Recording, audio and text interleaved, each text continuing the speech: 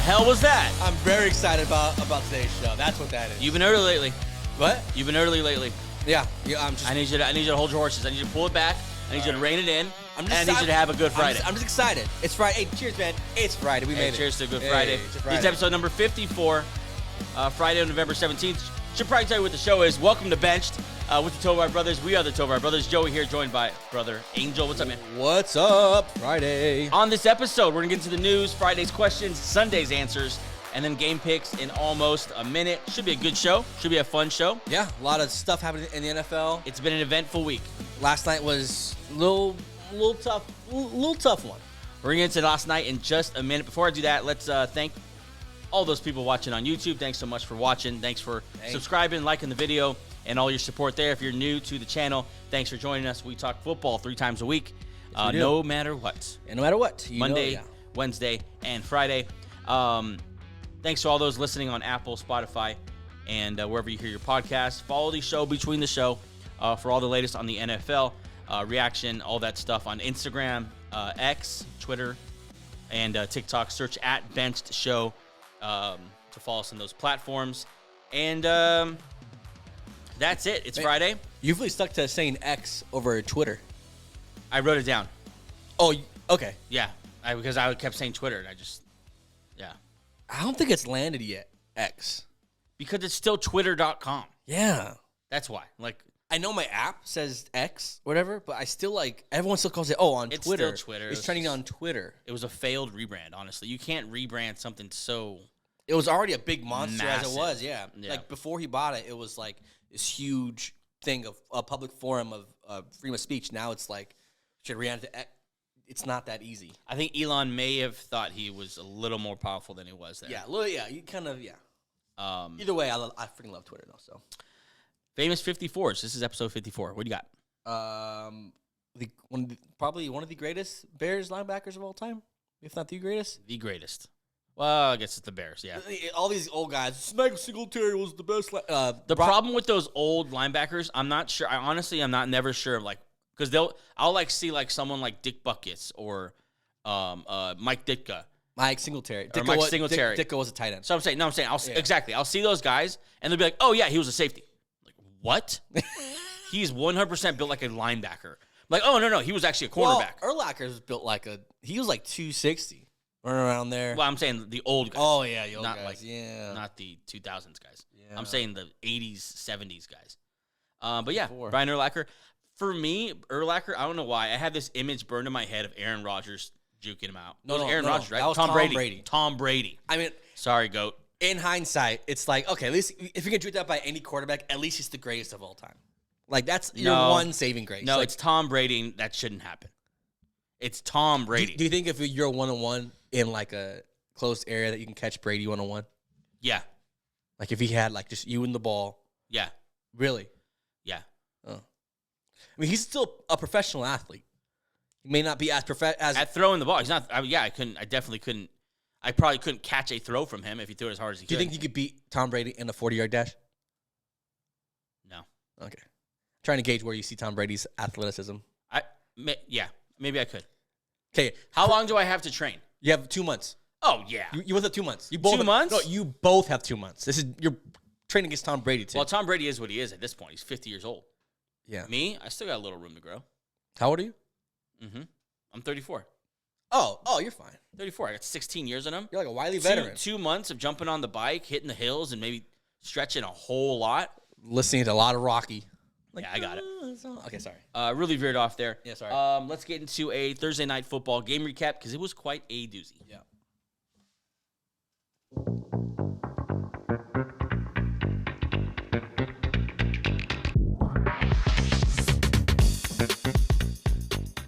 On Thursday night football, we got a matchup that we thought was going to be a barn burner. On paper, it was like, holy I was looking forward to it cow. Since I saw it last week on the schedule. The Bengals visited the Ravens.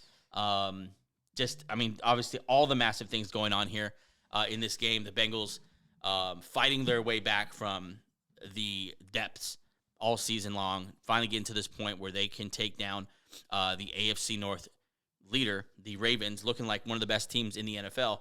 And it didn't happen. Didn't go as planned. No. You know what? I give the Ravens credit. That home field, they were rocking from the jump. That place is gonna be tough to play in come January if they go into the playoffs. But yeah, from the jump, it was just two different tiers of football. Let's get into it here. The Ravens 34-20. They come out victorious. It really wasn't that close. The Cincinnati Bengals scored a late touchdown. Jake Browning was in the game, of course, because of the major injuries that happened here. Yeah. Let's start first with the first injury that happened, and that's Mark Andrews. Yep. Mark Andrews is by all just the reality of it is that Mark Andrews is the number one receiver for the Baltimore Ravens. Yeah. He stirs the drink. Like all those analogies, he is the guy. Absolutely. There's incredible chemistry. There's incredible trust built up between him and Lamar Jackson. They were drafted together. They're drafted together. They've risen together. I'm sure they've had conversations. Lamar Jackson, when he was called a running back and he can't throw and all that, him and Mark Andrews have been through it together. Yeah. And so that makes this all the more just disappointing. He goes down with an ankle injury. It looked weird when it happened. Yeah. He immediately started like shaking his hands, and you could tell he was in some real pain at the moment. He gets up and walks off, which is also confusing. Yeah. But then they rule him out shortly after the X-rays. And then right after the game, Harbaugh says, very serious ankle injury, done for the season. Yeah, it's one, and the bigger story of this, what's going to come out of this, is the way he was tackled. It's that hip drop tackle where you get a guy where he's kind of outran you. You just get him by the back and just drop your weight on his legs. Right. Last year there was a lot of injuries like that, and this year this would be the tip of the iceberg this year for why that tackle should be flagged from now on. Because look what it's doing to our favorite athletes. Mark Andrews, a very good tight end, one of the best tight ends in the league, now gets out because of this tackle needs to be it's time. It'll 100% be outlawed in the NFL. It'll be penalized just like the targeting to the head and all that. And honestly, we were talking before, and I thought I've always saw this tackle and thought guys are going to get hurt. And I'm not a take physicality out of football guy. I'm not a make it a soft league type guy. But every time I've seen this tackle, my whole entire life watching football, I've always thought someone's going to get hurt in that. A sprained ankle or whatever waiting to happen. And last night, unfortunately, it happened to Mark Andrews. But the Ravens persevered. Let's talk a little Ravens. Not only so they get the win, obviously. We're going to talk about Burrow in a second because that's a massive story. Yeah. But before we move on to that, let's talk about the Ravens here. How equipped are they to move forward as a Super Bowl contender without Mark Andrews? We saw. Okay, so like for the 2 drives or 3 drives after Mark Andrews left, they were really trying to figure out what are we gonna do. Yeah. They have Isaiah Likely, good athlete, no Mark Andrews. Right. OBJ is what he is now. He's just gonna have to give you flashes, and then they have rookie Zay Flowers who had a big play call back. But I don't know. It's a big question mark that only they can answer because without Mark Andrews, you don't really know who your third down guy is. You don't know who your red zone guy is if you have to throw it down there. And you saw it immediately. And then Lamar Jackson got hurt, so it was just a lot of things that happened. They figured out, I guess, my guess would be they would lean more into the run game, become the old last year's Ravens, just start running the ball a lot. Yeah, and I think they lead the league in rushing. Yeah. And last night they showed they now have a trio of running backs to go along with Lamar Jackson, who had 9 carries, 54 yards himself. Yeah. They now have a trio of running backs that are all effective for the most part. We didn't see too much Justice Hill last night. No. Pretty much lost his carries to rookie Keaton Mitchell with Gus Edwards there as a steady in-between the tackle type guy.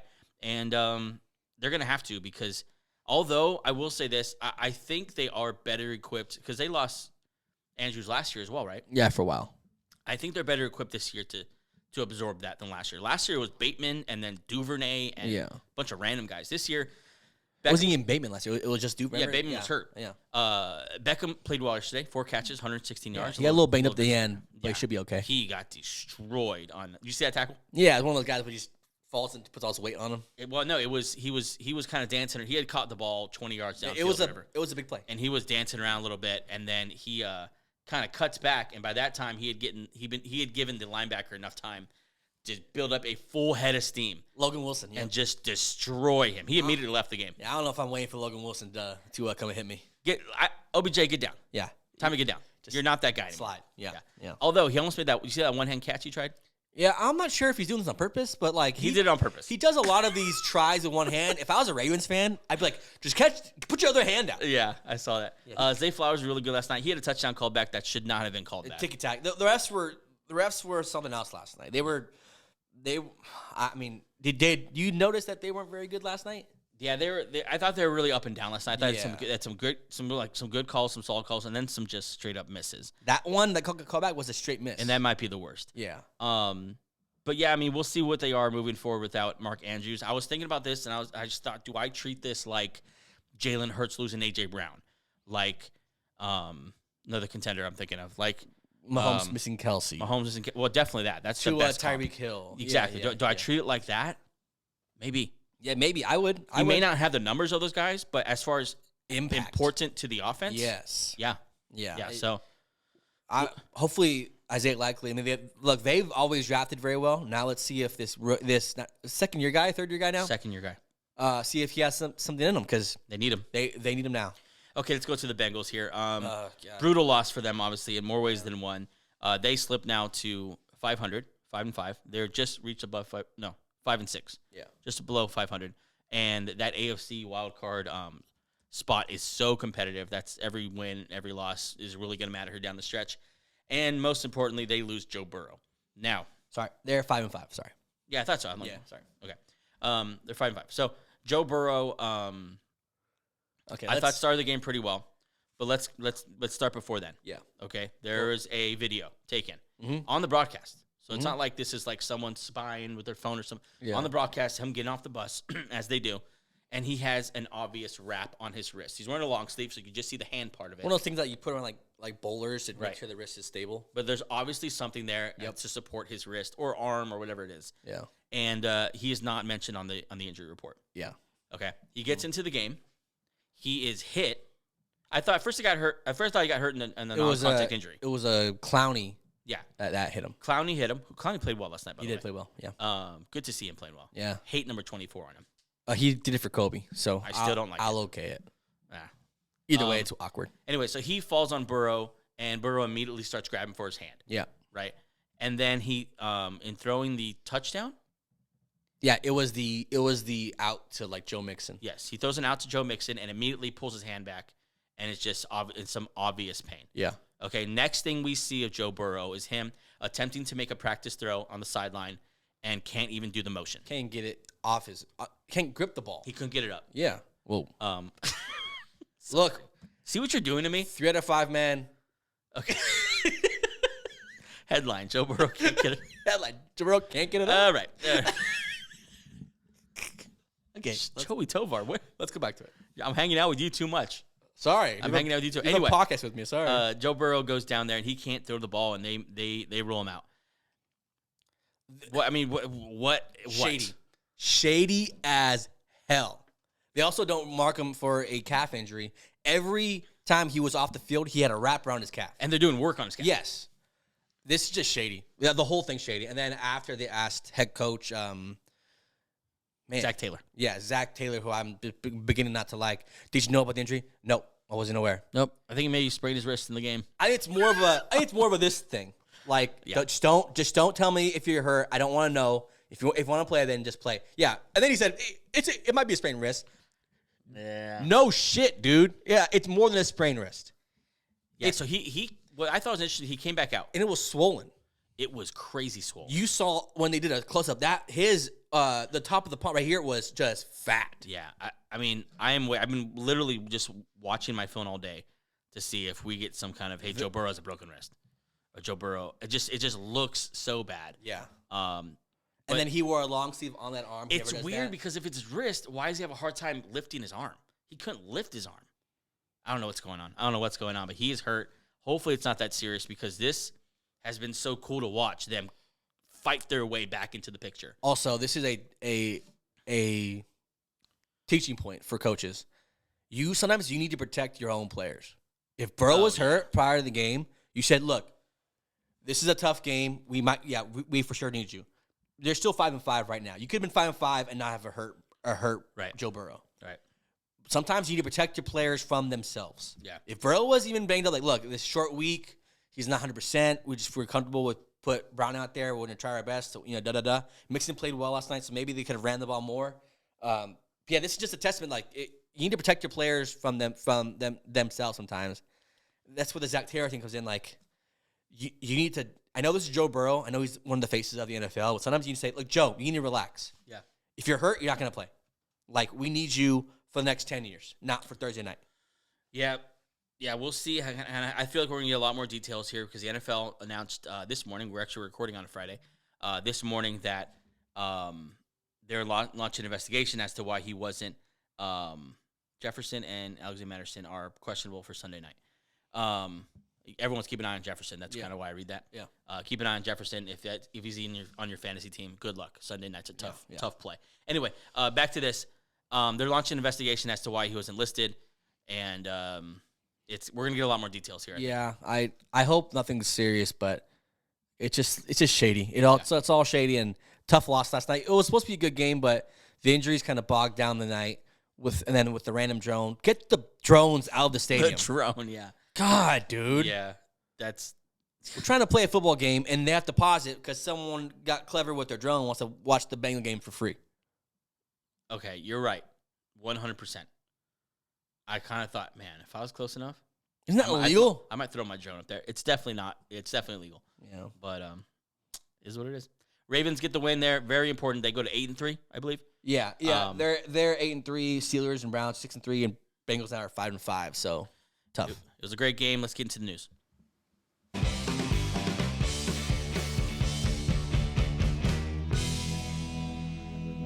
The news is brought to you by 818 Brewing. If you're in the LA area, we have the perfect spot for you and your crew to catch the next game. 818 Brewing has the perfect tasting room to get together with your buddies, maybe on a Monday night, maybe when the defending Super Bowl champion Chiefs are taking on the defending NFC champion Eagles. We will talk about that later. Oh, God. Perfect date. Anyway, it's a perfect place to sit with your buddies, grab a drink, and enjoy the game. Mm-hmm. Stop at 818 Brewing in Canoga Park, and we'll see you there. Possibly see you there Monday. It might be a good time to check it out. Let's get into the news here. There's a lot going on.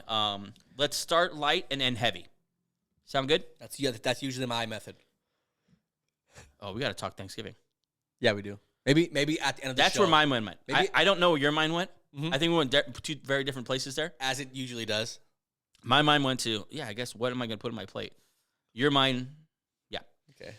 Okay. A league source, and this is just fun talk, because honestly, no one knows anything, especially Gary Myers, New York. Okay. Sorry, Gary. I didn't know we were going to dog you like that. Shout out, Gary. I'm going to tag him in this.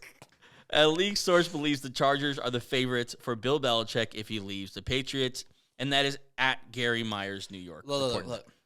Okay, on a more serious note, I hope, look, this would be great, a little rebound, whatever, great quarterback. He needs to have a GM. Because if you look at how bad he's done drafting, and the Chargers, 100%. Look, like whoever gets Belichick, realize, get him just as a head coach, not as a GM. He has failed as a GM and not as a head. Like, once they gave him GM powers, he can't draft at all. I would, if the Chargers were serious about this, and the Commanders, I know the Commanders have been tied to him. Yeah. Make sure you get a veteran GM or someone that he respects at least to. Absolutely.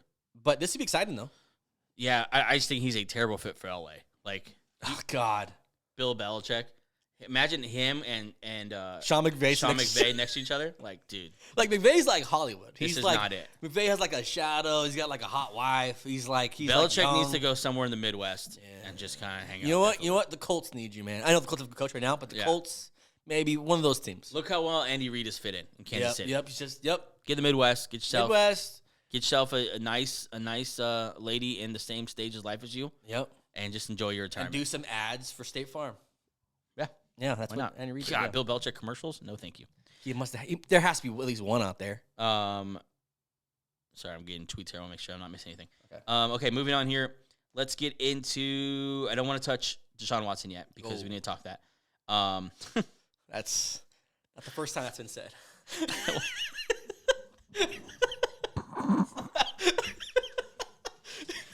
Said no one ever. Travis Kelce and Taylor Swift's parents are expected to meet for the first time on Monday night when the Chiefs play the Eagles. Per E-News, that's what we're doing. That's where we are now. This just seemed like a whole setup. Because how the hell will we know when they're going to meet? It just seems like a whole elaborate. They're in love. I don't know if I believe it. Because this was like, oh, they're going to meet for the first time. When do we ever know that about players? When do we ever know that about anybody? When do you ever get one of the most famous NFL players dating the most famous rock star of the moment? When does that ever happen? Do you remember we had Tom Brady married Giselle? Giselle was kept to herself. Was the top grossing model of her time. And Brady is the greatest of all time. Top grossing model of her time, and she isn't a fraction as popular as Taylor Swift. No, but she was as popular in her realm as Travis Kelce is in his realm. Giselle, she was like the mecca for modeling. Among modeling. Okay, modeling world. And then you compare Brady to Swift. Stop. And this is not the same. Okay, I'm just saying. This is not the same. I'm just saying the GOAT did it right. These guys, I just don't. What? You're saying you're making so many different points right now and pretending they're the same. I'm just mad, I think. Let's get back to this here. Okay. I don't care that they're meeting. Great. I hope they're happy. But to me, it gets me excited because just thinking of like this is just going to add to the electric atmosphere on Monday night. Okay, right?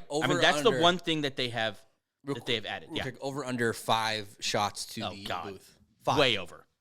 Because they're going to do each touchdown reaction, each first down reaction, maybe a halftime promo out. I'll do you $20 over pregame. Well, pregame 5? Pregame. In the official pregame show. Yeah, I think $20. Okay. 5 in the pregame? Absolutely. So now we have to watch the whole pregame. I was going to watch it anyway. Okay. Well, I don't want to watch okay. Cool. Even though I will make this point real quick, and this is so veering off. God, I miss I can't say I missed her and Susie Colbert. I know you're saying. God, I miss her. Are you gonna talk about Krista Thompson on today's show? She's next. Let's get to that right now. Yeah. But either way, good for the Kelceys and the Swifts for meeting. Hope everything goes well, but it just seems a little staged. Okay. Whatever. Okay. So speaking of Susie Colbert. Yeah. One of her former coworkers, former peers. Carissa Thompson, who does the sideline reporting for Amazon Prime on Thursday night. Who used to. Now she's the host of the... Now she's the host of the pregame show. Yeah. Oh, God. Yeah. Yeah. Carissa Thompson says that sometimes she would, quote, make up sideline reports. I would make up reports sometimes because the coach wouldn't come out at halftime or I wouldn't be able to find them. Today, she kind of wrote an apology post, but, like, that's bad. That's to report. Imagine if Schefter said, sometimes I just make shit up. Yeah. That's bad. I know a lot of journalists who work the college game, especially the young women trying to make it in this industry who want to get there off of their hard work, off of their reporting skills. That sucks for them. Yeah. Because now this girl, Chris Thompson, is on Thursday night in prime time doing fake reports while these other girls are begging these coaches for interviews, still getting shown on the Big Ten network. Can Amazon bring her back next year? You just said who I think they should swap her out for. Susie running the halftime. Susie running the halftime for Thursday night would be every guy who's a football fan loved Susie. Absolutely. She was a sweetheart who just was about being a pro. Yeah, she was the ultimate team mom. Yeah, she was sweet. She'd been in the business a long time, so you trusted her. And respectfully, I'm not calling respectfully. No, yeah. This is a professional woman. Yeah. And Chris Thompson just made herself into a total joke now. I don't think there's any way they can bring her back. Amazon is trying to, and they're doing a good job to establish themselves as a football network. I've loved the broadcast for it. I love the next gen stats. Yeah, I like they're okay. I like Herb Street enough, and Al Michaels is getting older. Yeah. But this is just every time you see her now, you're gonna think she doesn't take. Yesterday there was a tweet, and the whole comments were Chris Thompson would have reported that, like, Burrow got hurt, and they'll say, "Don't ask Chris Thompson about this." Yeah, this is going to follow her the rest of her career, for sure. Like, I don't know why she said it. Rough. But I don't like this at all.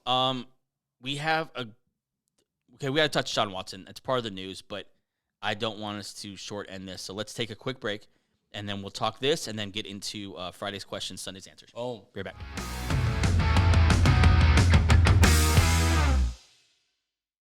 Okay, we are going to wrap up the news here with something that we actually did. We did an emergency pod on it because we missed it in the last show. It was announced right after.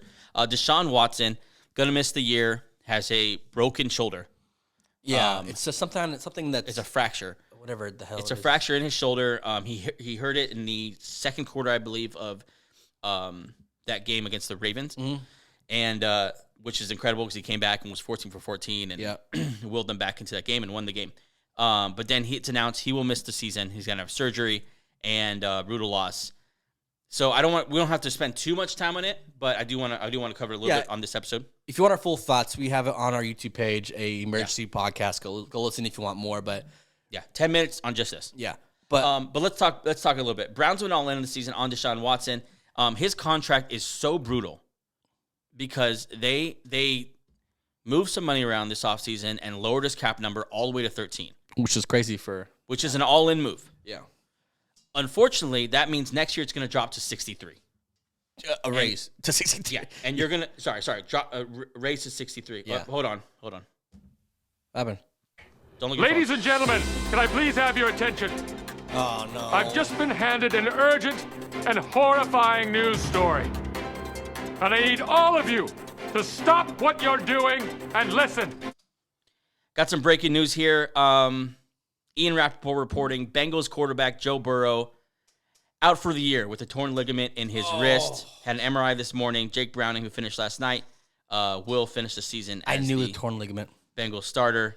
Major injury here. Joe Burrow out for the season, being reported on all platforms, including the Bengals themselves. Likely needs surgery. So, Joe Burrow. Look, if you want our thoughts on Watson, go on the podcast. We have all 10 minutes there. Let's wrap up Watson real quick. So Watson going to be paying a lot of money next year. It's bad so many different ways. And we'll see going forward if DTR or they're bringing in Flacco. They're working out Joe Flacco. Either way, it's going to be grim quarterback play. For pretty much same situation as the Jets now, except Aaron Rodgers isn't coming back. Okay. Let's move on to this now because it's huge. Joe Burrow goes down with a wrist injury. Already suffering with a calf injury. This one ends him for the season. He's going to need surgery. Fallout. Look. We say it almost every show now. You got to take advantage of your championship windows. Yeah. Who knows if their championship window was last year or the year before that? Now they have Jake Browning, who we saw is clearly a backup. He's bad. Also, because of everyone's getting hurt, they're now last on the list looking for quarterbacks now. Wentz got signed. Flacco's visiting. You know what I'm saying? Like, Dobbs already got traded. The deadline's already passed. You can't trade for anybody. The Bengals are at 5-5. Not an easy division. This might just be a wash year. This might just be reset the year. What sucks is that they have to sign T. Higgins.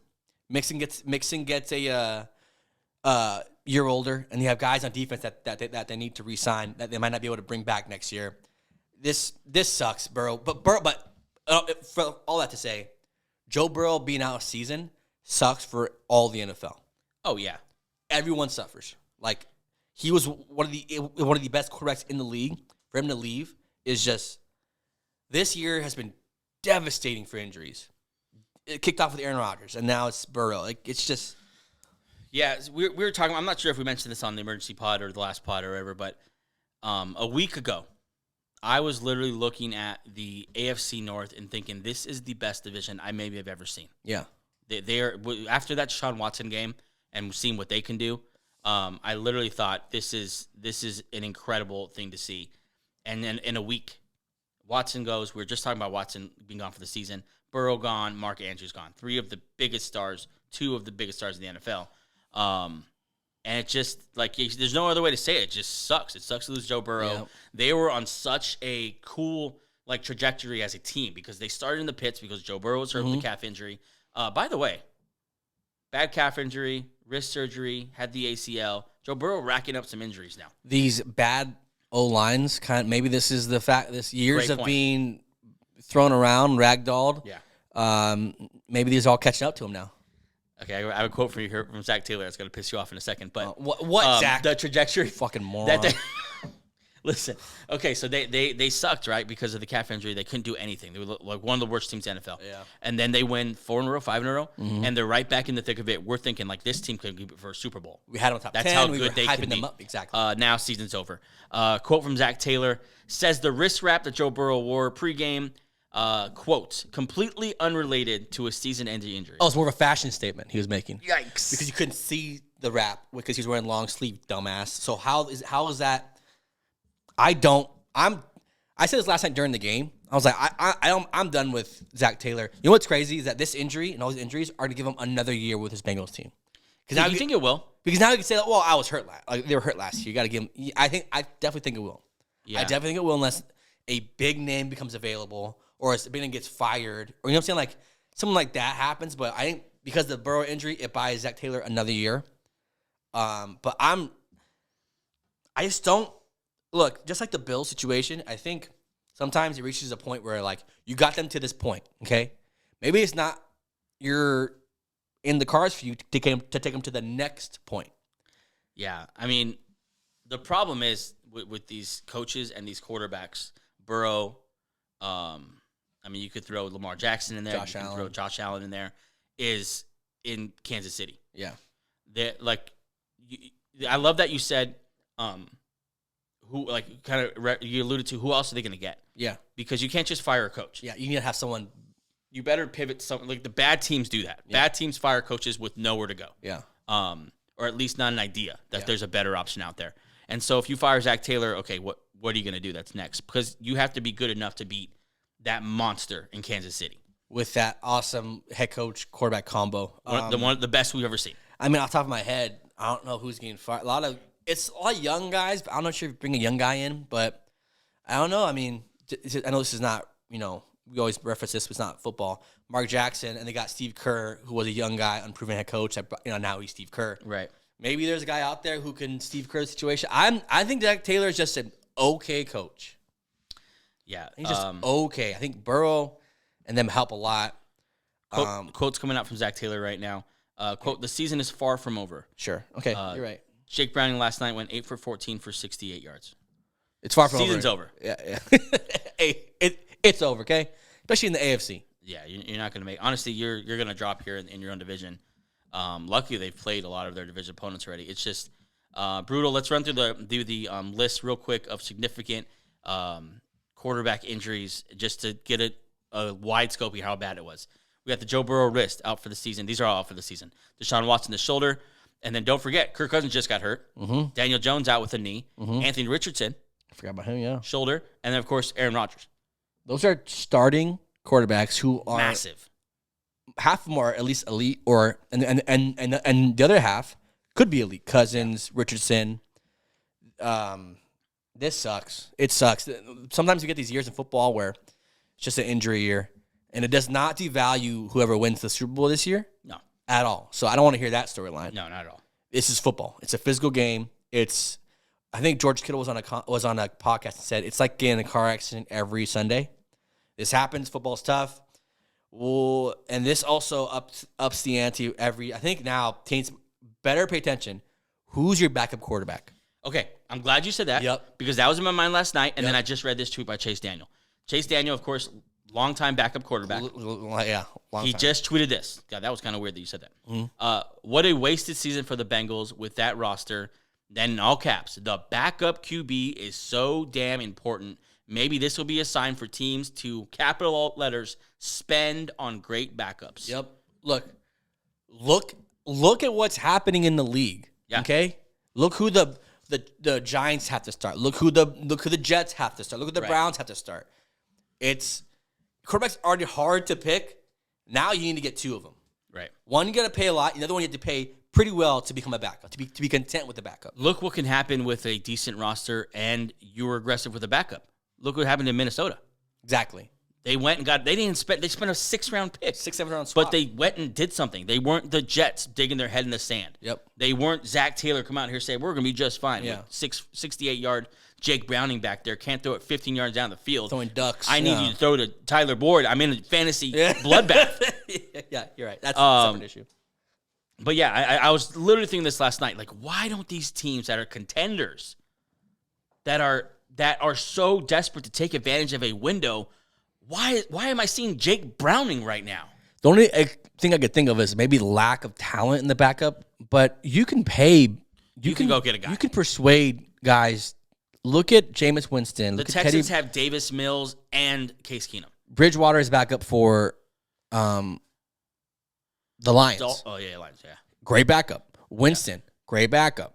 Brissett, like, yeah, teams like this, big dogs who are so centered around their quarterback, like every team is. But the Bengals, like their whole system is based around Joe Burrow. Yeah. I don't know why they didn't. This is going to be, if they don't learn from this, then they're not going to win a championship. Look, Burrow's been hurt a lot. You knew this before coming to the league. And even this year, he's hurt. Yeah. You still didn't do anything about it. Yeah. I mean, they invested in their O-line. So I guess they try to help there. But, yeah, with the injuries he suffered over the years and your O-line being better but still not good, you go get on. Why you don't have a backup, I don't know. You know what's going to suck? What they should do with what's going to suck is that next year, T. Higgins is going to stay there. Like, I'd put that money towards the lineman.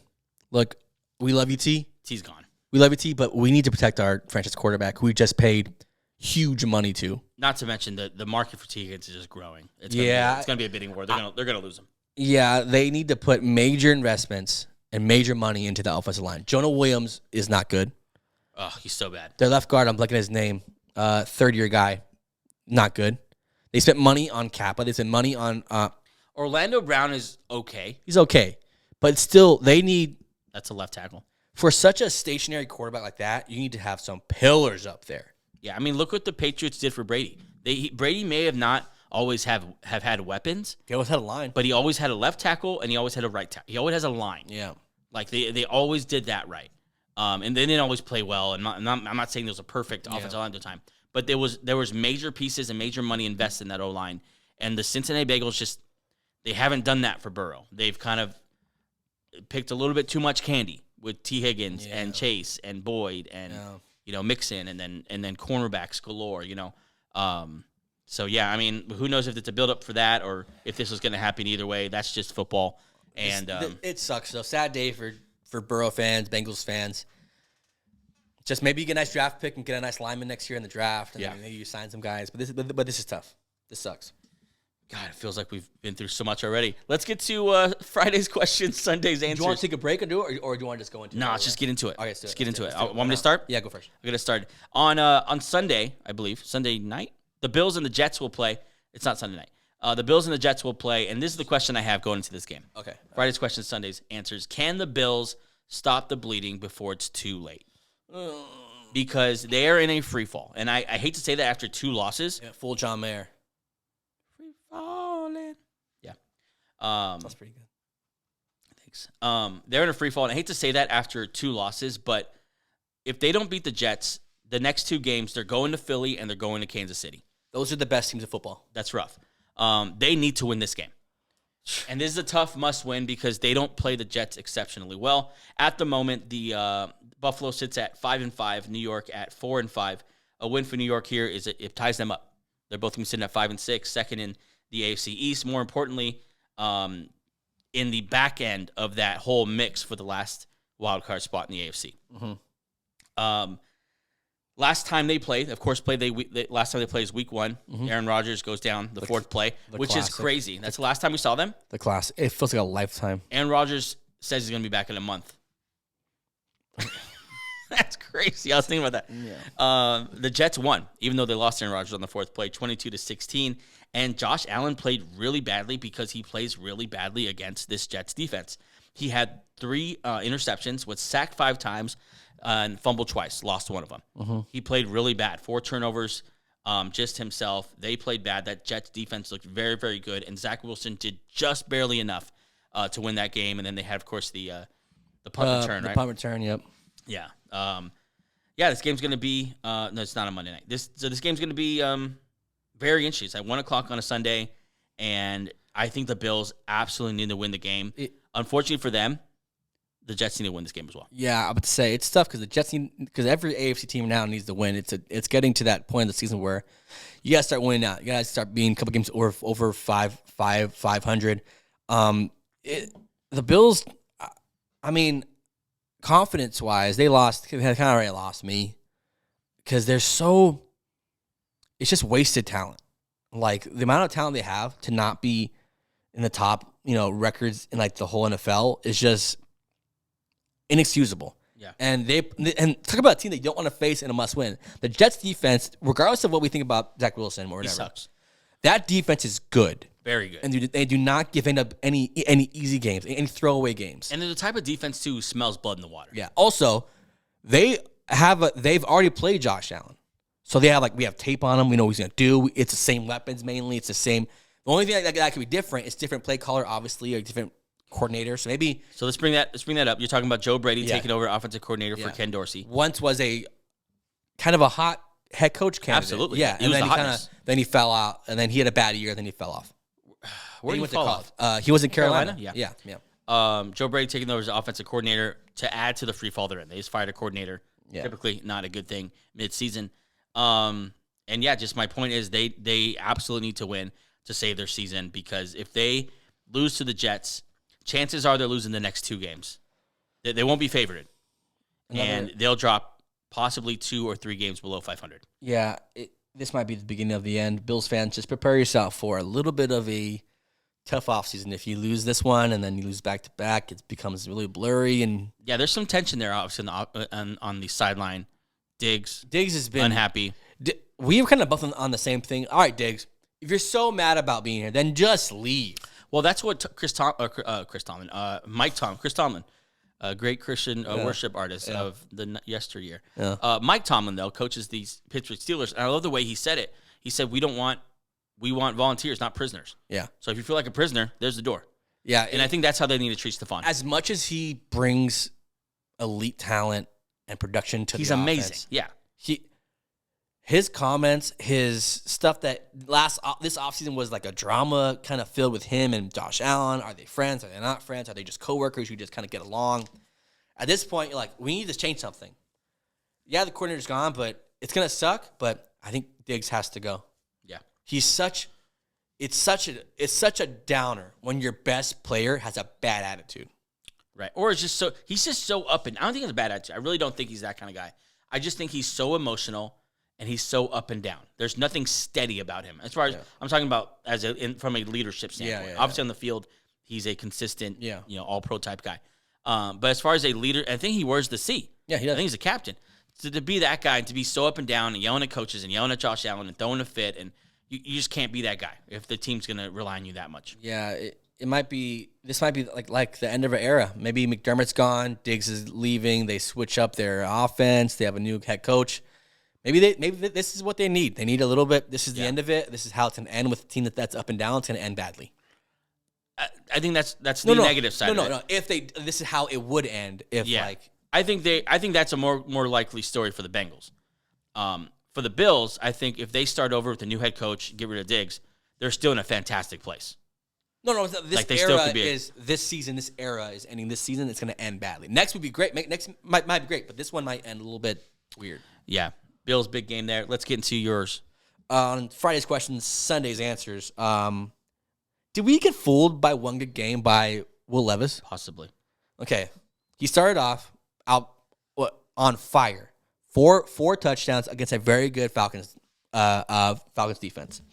The next week in primetime against Pittsburgh, he went 22 for 39, zero touchdowns, 1 pick, sacked 4 times. That's pretty bad. Then last week against the Bucks, 19 for 39, 200 yards, 0 touchdowns, 1 pick. Sacked 4 times in each game. Since that performance, since the Falcons, we have not seen anything close. No, we haven't. To what he's done what he did that first week. He's terrible on third down. He's 40% and 23% in back-to-back weeks. Yeah. We might have just got fooled. Look, I'm not saying he could always bounce back, but this Titans team that lacks offensive weapons besides Derrick Henry, he needs something they need some magic, and he hasn't provided anything since that first week. And I'm beginning to think maybe he just fooled us all. Just like he had one good week where no one had any film on him, where he just chucked it down the field and it just happened to land. Because that's what happened a couple times. When that happened a lot. Yeah. So okay. So Will Levis, obviously, you mentioned his last games have gone. 2020. 2020. Yeah, 2020. But he is truly surrounded with nothing. Hopkins is okay, but Hopkins is just, he's okay, but he's a shell of himself. No separation really. Burks in and out. Burks Has he been back in? He's out. He already got declared out Sunday. Okay. He missed last week. Yes, he's been out for a while. O-line is terrible. The running game, you have talented backs, obviously, but you have no O-line. They're just getting hit in the backfield. So he's really working with very little here. So all that to say, not for excuses, but to say when you're evaluating Will Levis, you're not box score evaluating him. Yeah. You need to watch the game. You need to see him sit in the pocket, go through reads. You need to see him make decisions to manipulate the defense with his eyes, with his shoulders, with his actions, those kind of things that you're looking for. His one saving grace, those 2 picks in back-to-back weeks were all in like 5 minutes or less trying to come back. Yeah. So he's trying to force the ball. I still like him. I don't think that we missed it, but it is very interesting because I think people thought, okay, here comes Will Levis now ablaze, and that hasn't been it. No, he kind of hit a wall there, 3-6, and like we say for every bad team, they got to evaluate this quickly because there's a whole draft of young quarterbacks. They're right in the hunt for top 5 pick. Absolutely. So Sunday, I should write down who they played. They really. I got you. Look, Will Levis. They're playing the Jaguars. The Jaguars, a tough team. Yeah. But in the NFL, guess what? Every team's gonna be tough. Almost everything's gonna be good or have some kind of elite talent to them. Right. Will Levis, hopefully he didn't, but maybe he just fooled us all with one good game. Yeah, let's take a quick break, and then we have 2 more to get to, and then we're gonna pick some games. Oh, boy. Cool? Yeah. All right.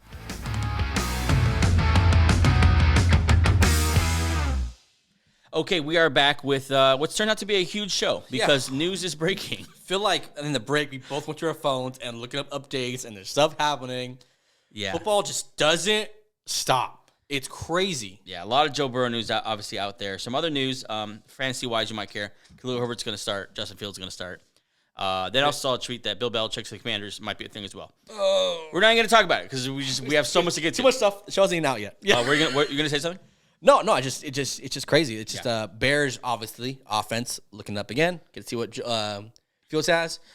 This news about Belichick leaving means that the Patriots are going to be just as bad as they ever were. He's already 1 foot out the door, and they're yikes. Let's get back here to our segment, though. Let's wrap it up. Friday's questions, Sunday's answers. My turn here. Eagles play the Jeffs Monday. Eagles play the Chiefs Sunday night. Taylor Swift's going to be in the house. Taylor Swift's parents, Kelsey's parents, they're going to be meeting. But more importantly, the Super Bowl champs and the defending NFC champs, last year's Super Bowl rematch is going to happen. Eagles at Chiefs, a enormous game. When the NFL announced this game in the schedule release, everyone circled it. Not just Chiefs fans, not just Eagles fans. Everyone circled it. Okay, there's 2 games that were circled in one of the 2. It was the game that we just had, and it was 49ers Bills Eagles. Broncos. Yeah, 49ers Eagles in a couple weeks, and this one, Oh. Chiefs Eagles on Monday Night Football. Massive. What more can you ask? So my question is this: who's the best team in the NFL? Because these are the 2 best teams. They're the most consistent. I think the Eagles are 20-1 in the last 21 games. It's pretty good. Regular season games. Chiefs are what they are. They're in the middle of a dynasty. This is a little bit of poetry for you. Andy Reid, who I love, who we met one time at a Dodger game. Super nice guy. Delightful. Andy Reid has the most wins in Eagles history, 130. He's tied with Hank Stram for the most wins in Chiefs history. Yeah. With 124. Hank Stram. So he can break. It doesn't matter. Chiefs fans, you'll take strong. Okay, well, then go find another podcast because I don't care. But the point is, he can break the Chiefs' all-time wins record and become the only head coach to ever hold all-time records with 2 franchises by beating the Eagles. God, I love the NFL. I'm not saying help he wins, but how do you hate Andy Reid, man? I don't. He's just a lovable guy, and he's a great coach. But this is a huge game, and I think it will decide who's currently at this moment the best. Ravens might have something to say about that, but for my money, Ravens and Niners are knocking on that door for sure. Yeah. And those are the likely championship round matches for these 2 teams. But for now, these are the consensus picks to come back to the Super Bowl. And they're neck and neck. They're both very good. The Chiefs' defense, I think, is the separator here because they've played much better than the Eagles' defense. As an Eagle fan, I'll say that. They are one of the best units in the league. They do have some linebacker issues with injuries and stuff like that. But other than that, it's hard to poke any major holes into their defense. This year, they are 5th against the pass, 17th against the rush, which was interesting. I thought was a little bit of a loophole, maybe something to be exploited by the Eagles, and 2nd in points allowed, which is just 16 points a game, which is massive. That the bend don't break thing, they live by that. Yeah. Maybe the most scary thing though is Patrick Mahomes going against this Eagles secondary because they haven't been good. They are 28th against the pass. Against Mahomes, that is terrifying. You're hoping that the impact for the safety you traded for Bayard would, bye week, maybe get him filled in a little more. Hopefully that helps out. But yeah, that has been a definite weakness for this team. They lost Maddox week? Ever since Maddox has left, you felt the presence of them not having an interior presence. They'll get Bradley Roby back, a veteran they brought in to fill in that hole. Yep. And of course Kevin Bayard but most importantly for the Eagles team, Jalen Hurts comes back healthier. Yeah, no longer wearing a knee brace. He was limping and gimping around last week. He was looking very rough, and seeing the stat about being middle of the pack against the rush for the Chiefs, which is kind of skewed because teams are usually behind on them, so they have to throw the ball. Yeah. But if that's any kind of weakness, that's the Eagles' only chance because that's something they're actually very good at. Go ahead. That's how the Eagles have been playing all year. Right. Is that we're just going to control the ball. Yeah. Our defense may not be the same, but we're going to make up for that by just running the hell out of the ball. Going for it on fourth down. And they get Juergens back, right? Juergens will be back, they're full right guard. They're full offensive line. Yeah. A full stable of running backs. They trust all of them, right, which is a good thing. And then you have Hurts. So I think run the ball and play action to the second best, first best wideout in the league with DeMonte Smith. No Goddard. I want to see how they react to that. But this, on paper, this should be a good matchup just because the weaknesses of the Eagles are the strengths of the Chiefs and vice versa. Right. So it's so many storylines within this game. So many huge storylines. I think the biggest one, I think where these teams hang their hat is in the trenches. I think that's why these teams are elite because I think the first and second for my money, offensive lines in the league is a healthy Eagles line and a healthy Chiefs line. I think those are the best units. Chiefs, Bengals should go take a look at what the Chiefs do. Yeah, and how they hide their offensive line isn't as good as the Eagles, but they hide it a lot by get the ball out quick, get Mahomes. Yeah, it's just take a little peek over there, Cincy. And then the defensive line is also very good as well. Chris Jones is playing out of his mind. He continues to be underrated. Right. The impact he has on this team is just it just makes them a different unit. Yeah. He dominates that middle of the field. Just dominates it. Yeah. Karlaftis also playing really, really well. Yeah. And I'm missing an edge rusher that's playing really well for them. Damn. But they're just across the board. They're very good. Yeah. Eagles, obviously, that's the strength of their team. I think the Eagles' 100% game plan needs to be keep Patrick Mahomes off the field. Yes. Long drives, going a lot of tush push action here, going for it on fourth down. She's steady dose of the tush push. Oh yeah, yeah. And just I think that's the only way they're going to win because I don't think we saw that Jalen Hurts can keep up in a shootout. Mm-hmm. But that shouldn't be what you want. If that's the game you need to play, then all right, let's do it. But they don't need to if you do what your best at is run the ball. Right. Do you agree the team that wins this game should be considered the best in the NFL? On my power rankings, they've been 1-2 for the last 5 weeks. Right. They're the best team on paper, the best team on the field, and they're facing each other. The winner of this team, there's the best argument for who's the best. Just play each other. Right. See who wins. And the winner of that, okay. Love it. So you play each other. This team won, our team won. That's the best team in football. This reminds me of when Alabama and LSU were on their thing. And just they would match up in the regular season. Yeah. And you're like, all right, this is cool because we don't have to wait till the championship game. Yep. These are the two best teams playing each other. Yep. It reminds me a lot of that. These teams are like those college programs in that everyone just expects them to win. So, anyways, what's your last one? Okay. All right. Sorry. Okay. On Friday's questions, Sunday's answers. Yeah. If the Broncos win Sunday against the Vikings at home, can we just officially make the 70-point beating the Dolphins had the Broncos just a fluke? Can we just count that as a fluke? Yeah. Let's just get back to where they were at that time. They went into Miami 0-2. Okay, they didn't win a game. Halftime was already 35-13. That's already a bad loss as it is. Right. Just that. And obviously they scored 70 points. Broncos only scored one touchdown in the second half. Since then, they are 4-2, winners of 3 straight. The defense from that point went from 32nd to not allowing 22 points or more in the last 4 games. Their defense only had 5 takeaways in those first 3 games. In the last 4, they have 11. Their defense since that point is ranked 9. That's amazing. Okay. Russell Wilson, everyone knows Russell Wilson having a quietly good year on the year, 18 touchdowns, 4 picks, 1,800 yards, throwing, having game managing the hell out of it. Yeah. But since that point, he's 12 touchdowns and 2 picks. So the black eye on this Broncos team right now is that 70 point. Right. So if you were you can't ever take it out. It's history. It happened. It's done. But since that, they've been a completely different team. Defense got back to where they've always been, having a good defense. They're a little bit susceptible to the run, but the pass they're top 4. I think they're at 4. And the difference is the Sean Payton has kind of finally figured out what this team is. We're gonna go back to what Russell was good at. Yeah. What were they good at in Seattle? Good defense, running the ball.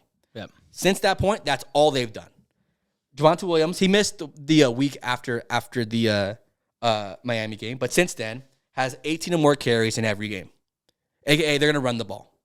So this team, if they win Sunday against a Vikings team that's hot too, can we finally put away this whole narrative that, well, they dropped 70 points and they're not a good team? If they win Sunday, they're 500 and right in the thick of it in the AFC race. Yeah, I think if they win Sunday, it's a fluke. It's right timing, the right space and time for that to happen, and it got away from them, and the Dolphins ran out to score, and it is what it is.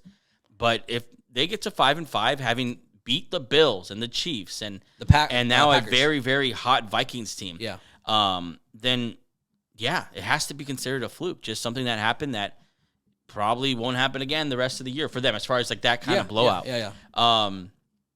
They're playing the Vikings, which is very interesting because the Vikings are a hot team. That's why them winning would be that impressive. Yeah. And this team might get Justin Jefferson back, but still, we are pro Josh Dobbs. I am never going to undersell Josh Dobbs this year on this show. Well, he's very good. Yeah, I mean, let's like put some context. We don't think he's like one of the best in the NFL. No. He is a average and at times above average quarterback. But he's good for this team that has all these playmakers. Just needs someone to get them the ball. Yep. That's his job. Yep. Get the guy the ball. You have elite tight end. I would say the best pivot we've seen so far this year for a team that lost their quarterback. It's already shown. He's 2-0 since he's been there. So not an easy win for Denver. But if they beat if they beat the Vikings, Sunday Night Football, the world watching again, another primetime game for this Broncos team. Yep. It's time to say that'd be 5 in a row. That would be 4 in a row. 4 in a row. It's time to say this is that was a fluke. As a Bronco fan, the roller coaster it is to be a Bronco fan this year is just unlike I've ever experienced before. I want this for you. I want this for me too. You've been in the gutters, and now you're on your way up, and I want you to hit the mountaintop here. Thank you, buddy. I appreciate that. But that wraps up Sunday's questions. Yeah. Sorry, Friday's questions, Sunday's answers. I had one more thing, but we need to get some picks here. Basically, we're underestimating Sam Howell. Pay attention to Sam Howell. He's putting up some good numbers. Next week we're going to talk about this. Because Sam Howell, I got to say it now. Let me say just real quick. Let me give you a couple numbers here.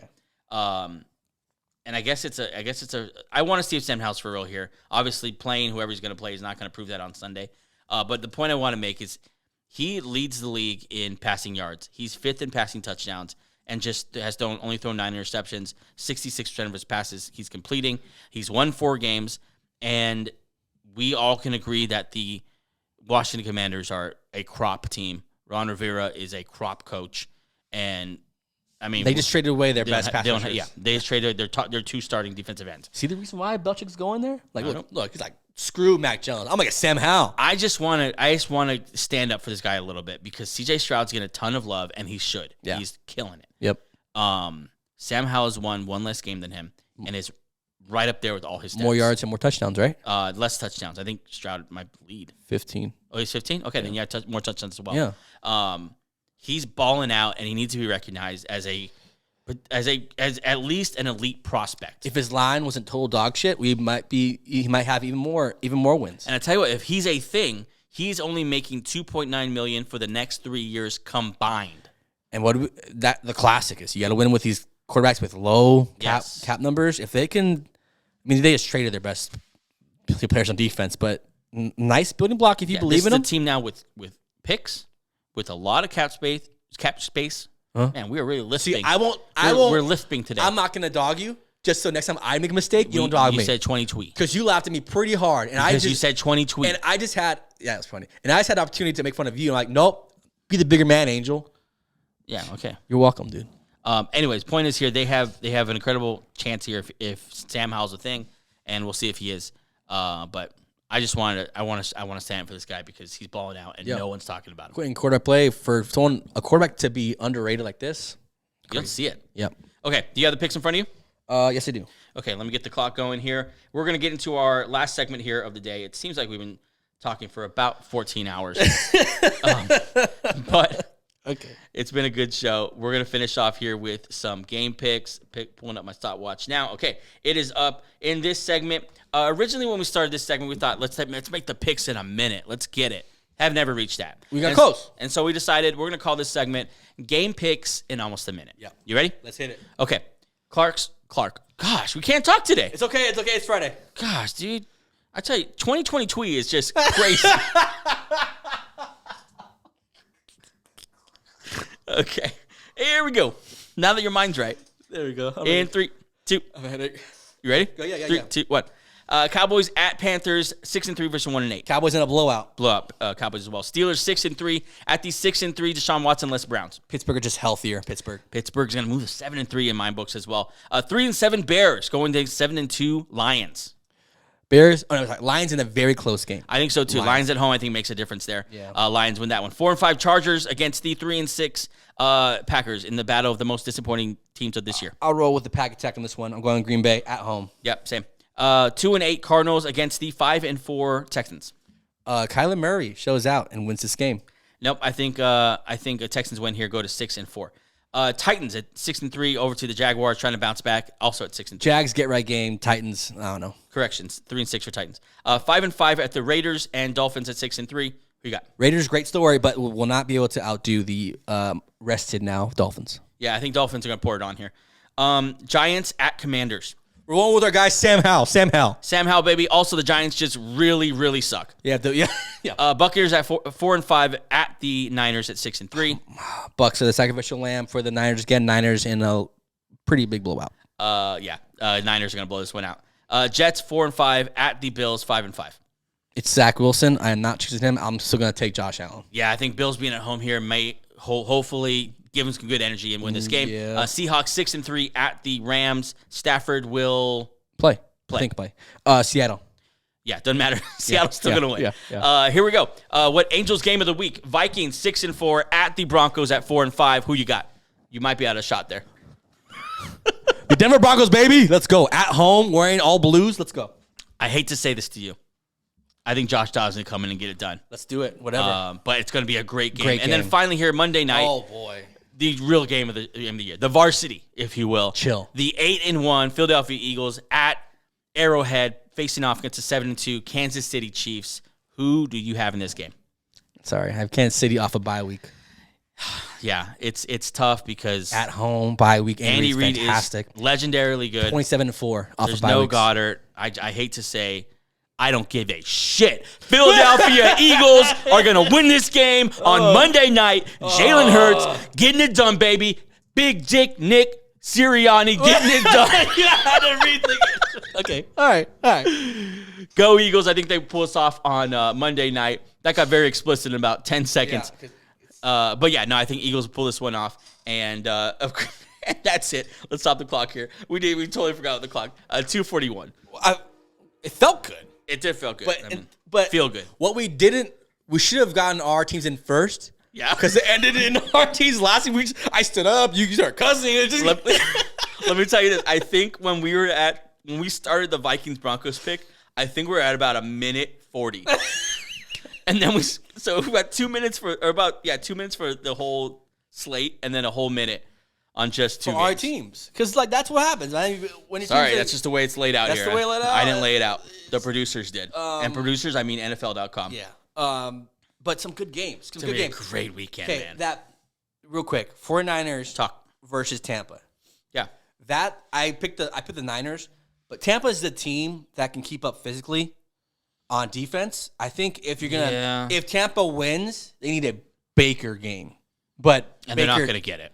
Yeah, it's a nice game. It's going to be a better game than people think, but it's going to be a Niners win, though. So you're talking about low-key games of the week. Yeah, low-key games of the week. I think my low-key game of the week is that Lions-Bears.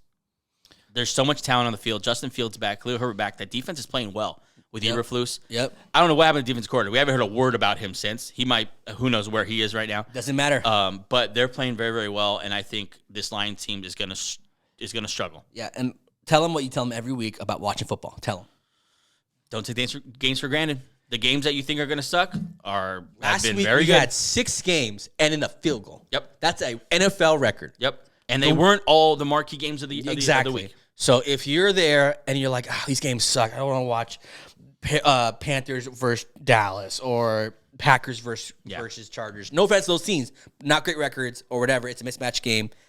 Watch those games. You never know. This is the NFL. We're past the halfway point now, and you need to start loving this because it's going to be gone before you know it. Before you know it, there'll be only 3 teams or 2 teams playing, and then it's over.